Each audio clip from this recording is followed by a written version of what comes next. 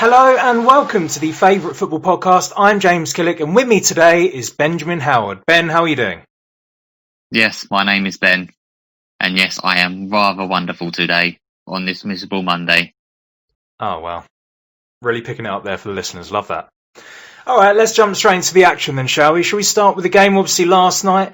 Belgium versus England. Belgium obviously victorious, 2-0. How do you feel about this game? I think we were well beaten by, to be fair, by a much better team. We don't really perform well against the bigger teams. England are well and good, always beating the teams that are very low on us, but we never can kind of seem to beat the big teams. And with Belgium being number one, I mean, we were never going to beat them. Yeah, you make a point there against the bigger teams, and especially Belgium. If you look at the last few times we played them, I mean, we haven't won once, have we? So, I mean, it is a problem. Each time we seem to play Belgium, we always lose. So, it's strange, isn't it? Because if you look at Belgium, they're probably at the end of this particular cycle of players. Obviously, they've got players who are 30, a bit over that. We seem to have quite a big squad, a lot of talent. I mean, what is the difference, do you think, between the two teams? I think we're kind of at the beginning of our cycle with the England team of a generation, whereas Belgium, they're kind of at an end with their golden generation. They are like, they've had Vertonghen, Alderweireld, Witsel, Mertens, Lukaku, De Bruyne. They've had Hazard there for years and years and years and years, and they've not really won anything. And that's meant to be their golden generation. However, our golden generation is only just about coming now, where you've got Sancho coming through, Rashford, Sterling's in his prime, Kane's in his prime. We've got Alexander-Arnold, so we've got a lot of good young players coming through, and this seems to be our current golden generation, which is just about to come through. Yeah, but a lot of the players, you'd say they're like Kane, for example. I mean, he, as you say, he's in his prime now, and that's when you really want to take advantage of it, don't you? Obviously, looking at the World Cup, again, I mean, probably we beat the teams we should have beat and then lost to Croatia, which still hurts, but, you know, surely now's the time to act, isn't it? Rather than we always seem to be looking forward to the next cycle of players, don't we? Rather than the ones we've got. I mean, if you look at Walker, obviously, he's about 30 now. Obviously, Trippier's not young. Kane, was he 27 or so? And obviously, he's in the form of his life. I mean, it'll probably continue. I don't see him slowing down, but a few worries there. And we seem to have an issue with formations in the midfield and everything at the moment, don't we? We can't really seem to get the balance, and we're changing quite a lot, which is a bit concerning. I don't like it. I'm not a fan of this five at the back no more with England. I don't think we have the personnel to do the five at the back, and I think we're much better suited towards a 4-4-3 where we do have the quick wingers. We have that attacking midfielder that is getting beyond and making the passes and runs, and having them two solid midfielders behind. So I think that's where we should be aiming for, the 4-3-3. But however, I don't know. I'm still not sure about Southgate. Yeah, he done amazing at the World Cup, got us to the semi-finals. But I mean, his tactical choice and player choices as well. It's a bit like not really sure where you're going with it. Well, a lot of people were screaming for Grealish to get into the team, weren't they? More consistently, and obviously he was the one bright spark probably in this game, wasn't he? Really, he ran the game. People gave him the ball, and everything happened around him. So, I mean, his form is absolutely incredible at the moment. Surely he has, if we're going to play that 4-3-3 that you're saying there, you want him to be that cam, wouldn't you? You want him to be that guy in the free role, because he's got something that a lot of players don't. He's got the X factor, isn't he? I mean, the best thing about Grealish is he can play anyway. I mean, you look at Mason Mount, he does the exact same thing. What a player Mason Mount is. He's on the same level. Southgate's favourite. Yeah, but in all seriousness, Grealish should be one of the first names on that team sheet now. He's earned his right to be in that team, to be starting. He's doing it in the Premier League for Aston Villa. He's doing it for the England team now. And when you watch it last night, he's the actually only one that actually wanted to do anything in the midfield. And I saw Danny Mills, he was playing on an Instagram this morning saying, no goals, no assists, didn't do this and that. He was like, were you watching the same game? It's like, he was vital in anything we were doing. Yeah, well, Danny Mills is also the same person when Sheffield United came up who said they wouldn't suit the Premier League just playing long ball football, and he basically received a massive backlash from that. So I think he just likes to be a bit alternative when he can. But the more of the story is, don't listen to Danny Mills. No, he talks rubbish. Talks absolute crap. Anyone can see that. I mean, I have over the last couple of years, people have been really hyping Grealish, and obviously I can see he's a good player, and he was fantastic in the Championship, but I wasn't 100% sold. But I have to say, last season, and especially this season, I get it. Do you know? I really get it. And when especially you're in that England setup, look at some of the players around you, and to be the main man in that squad, which I think he was last night, I think it says a huge amount. I think it's funny because wasn't he very close to joining Tottenham a few seasons ago as well? Yeah, he was. Yeah, he was linked and didn't go, did he? And he was obviously linked again to Manchester United and other clubs. I don't think they wanted to pay the money, and obviously signed a new 5-year deal. So Aston Villa fans are going to be happy because, well, why wouldn't you be? You've got one of the most informed players, probably minus Kane, haven't you, in the England team? Yeah, you would start him and Kane any day of the week, but then you need to fit him in that system. If it was me, I mean, we're quite spoiled with Kane up front. You can have Sancho, Sterling or Rashford on the wings. Then obviously Grealish as the number 10. But I think for me, that front four out of them 5 going forward would be perfect for England, I think, because you could interlink them up. I mean, Grealish could go out to the wings. Sterling could drop in the middle. So a lot of players could swap their positions from right to left to the middle. So I think that's a system we should maybe be looking forward to going forward. Yeah. I think that's fair enough. What do you think of our defence then? I think probably I'm not sure. I mean, obviously yesterday we didn't have our strongest defence out, I guess, did we? I mean, we started obviously Walker, Dyer, Mings, Trippier. And Pickford in goal, sorry, I should say. To me, it's not, I don't know. It doesn't quite sit right, does it? I know Dyer, obviously, Tottenham have done well, and Dyer's been in that team, but I don't know. I don't know how much I like that. And you kind of think, should we then set up a team? Because we've seen teams with not great defence, haven't we? If you look at, for example, Argentina, how far they've gone, and they've had defences and teams where you wouldn't rate them back there. I know, obviously, they've had Messi up front, etc. We've got some players up there who can cause a lot of damage, haven't we? As I said, Kane, obviously Grealish, and all the other players. We've got Sancho. Do you think really we should just concentrate, let's go forward and just accept things might happen at the back and don't play 5, don't play the 3 or whatever with the 2 wing-backs? I mean, I'm not really convinced by it. If we are doing a back 5, I'm not convinced by it. And if we're doing a back 4, I'm still not convinced by it. I mean, Pickford, I'm still not sure about him. It always seems to be a mistake in him. I felt like he should have got Tielemans' first goal. Again, Pickford being beaten from long range. And it's a bit like, why not go with Henderson or Pope? They deserve a chance after the seasons they had. Like, you can't keep defending a player that keeps making mistake after mistake. I mean, once you could forgive, but not over and over again. And then obviously it doesn't help with Joe Gomez being out, who won the league last year, and he was one of the better centre-backs as well. Yeah, of course, I mean, I'm not convinced by Dyer at centre-back as well. You're missing Maguire there, who had a good game against Everton, so he might get in a bit of form as well. Mings is playing well, but yeah, I mean, it's just the personnel at the back. I don't think we just need a solid 4, or if you're going with 5, bring in that 5. Like Saka, I was impressed with him like the other day as well, so he could give Chilwell a run for his money. But it just seems to be that our attacking options are better than our defensive options. And it's either do we try and be solid all round or be gun-ho attacking wise. Yeah, I should have said yes. So obviously Chilwell started as well, and as you mentioned, Saka, he came on as a sub 38 minutes in. So I have to see. I'm not sure how bad it was for Chilwell, but obviously I think we'll have to find that out. Interesting about the goalkeeper, obviously Pickford's been under scrutiny, and rightly so, because he has seemed to come off the boil really for quite a while. That shot, I don't necessarily think he should have saved. However, I think if it was Pope in goal, because obviously Pope is massive. I think he's 6'6". He's a big guy. Anyway, he's a very big guy. And you think, well, he just has that natural reach, doesn't he? For when a shot like that goes, he's got a few inches, and you think that's probably that small bit of difference. And you don't have to necessarily be a taller goalkeeper as a better goalkeeper, but I do find it funny that this season, I think Pope had one game where he wasn't great. And people seem to really be sticking on that and saying, oh, well, you know, Pope's not been in good form either this season. And it's like, Pope's been in good form for however many seasons, hasn't he, really, since he took the mantle at Burnley. Yeah. And, this season he's still solid. I remember there was one game where he made quite a few saves. He's a solid guy. And it's strange, isn't it, how, I don't know, it's weird that we're not giving him more of a chance. I'd like it. I think he deserves it. I think you can kind of see who Southgate's favourites are and who he kind of favours. I mean, it seems to be the players who were in the World Cup a few years ago are still there. And it feels like he kind of owes them for, we've done really well in the World Cup. You're still going to be there. And I'm not sure that's maybe the best way going forward. You want our best players playing. You don't want to commit or show too much trust in players who aren't performing.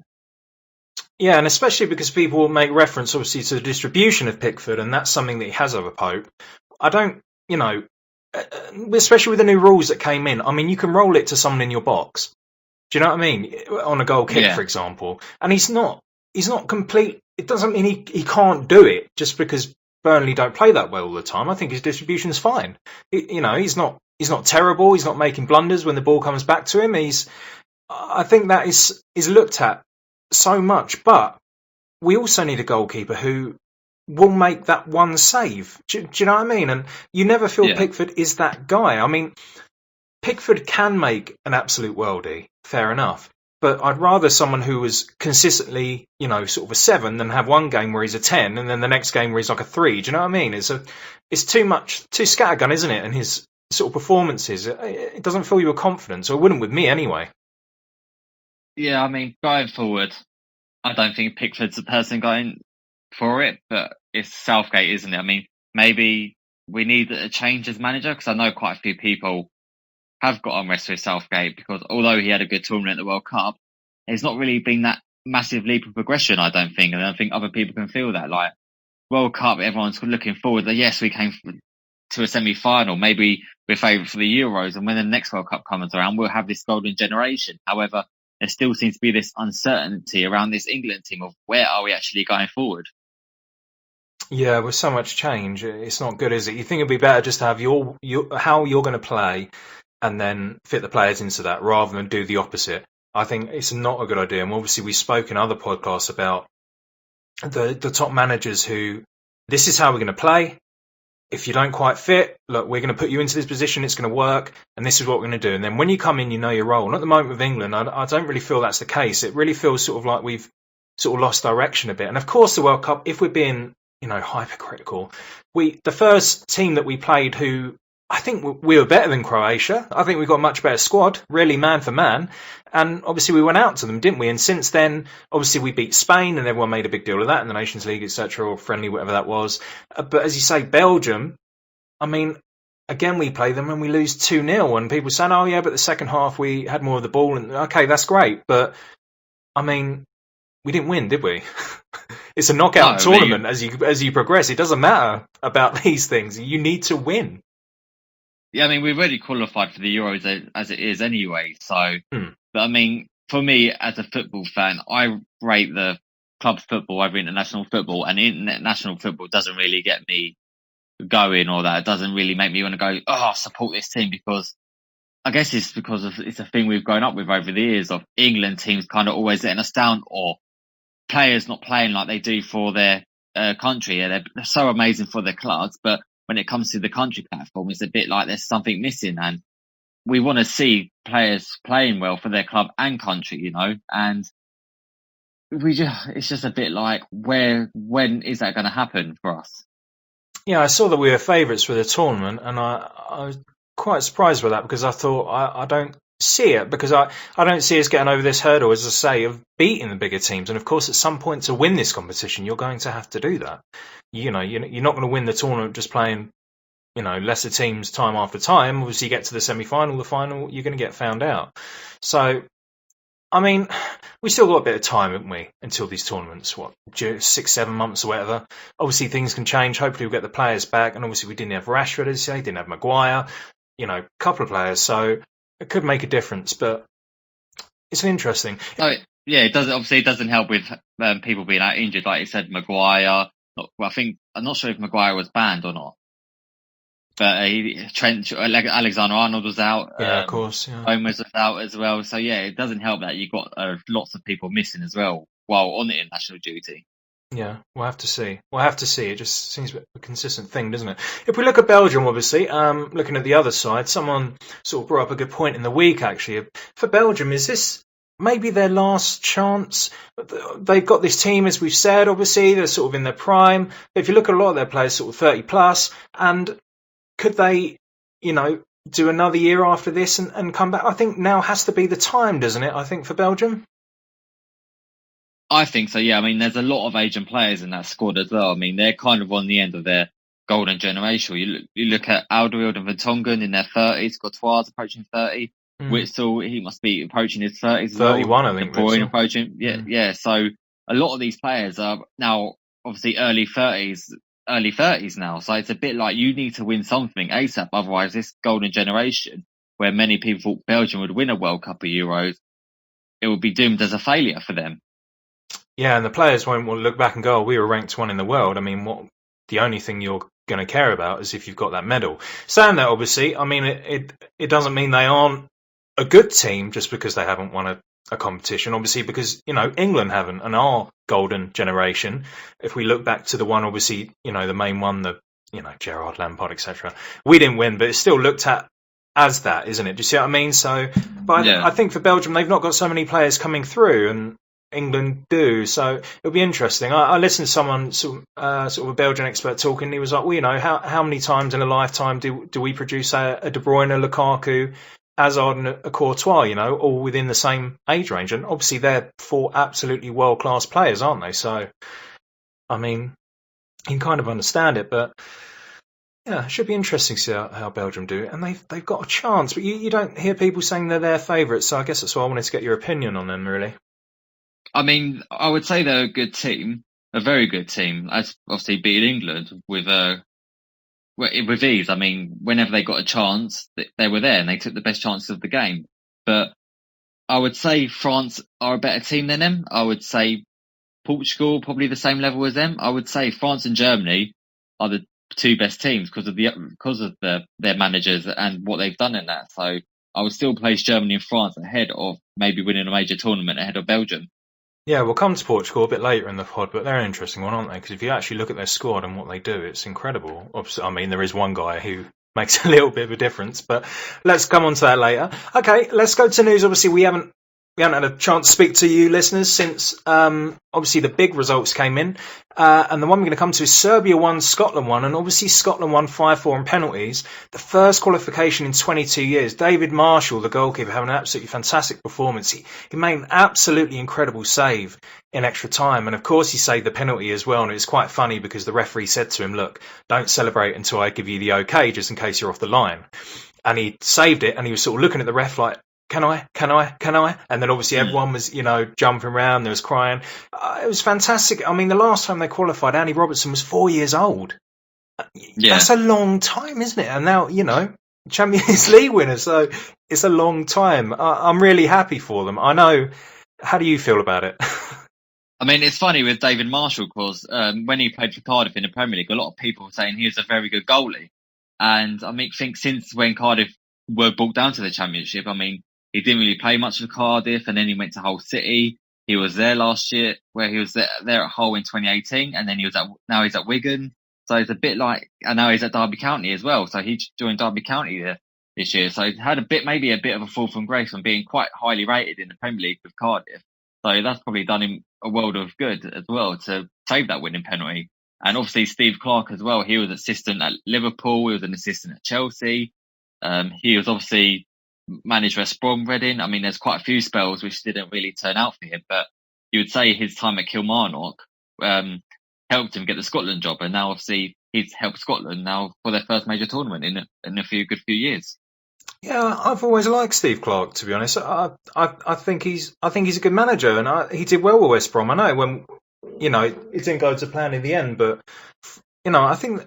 Did he help them achieve, I think, their highest ever finish, or one of their highest ever finishes in the Premier League? So, I mean, it's nothing to be sniffed at, is it? I mean, he's a serious guy, but we do have this thing sort of when someone gets sacked, we sort of, I don't know, completely write them off, don't we? But I saw a lovely tweet, actually, from Clarke's son, John Clarke, who said, "My dad is my hero. Watching my hero take Scotland to an international competition is the greatest thing I'll ever see." I thought that was absolutely brilliant, isn't it? So lovely. I mean, for England, when it comes to qualifying for tournaments, we're very much used to it because we qualify for another tournament. But when you get teams like, countries like Scotland or that, who you would say are lesser quality than England, it's a huge deal for them because of it's been so long for them. Yeah, we sort of take it for granted, don't we? And I guess the big teams do, just because it's what happens. But when you see the emotions, you do sort of think, okay, these are the moments we watch international football for. Maybe it's not the friendlies, maybe it's not the games that don't seem so important to us. But when you see something like that, it just reminds you, doesn't it? You just think, oh, it's incredible. And obviously, for them, every Scotland football fan right now must be absolutely buzzing. And, obviously we're going to play them as well. Yeah.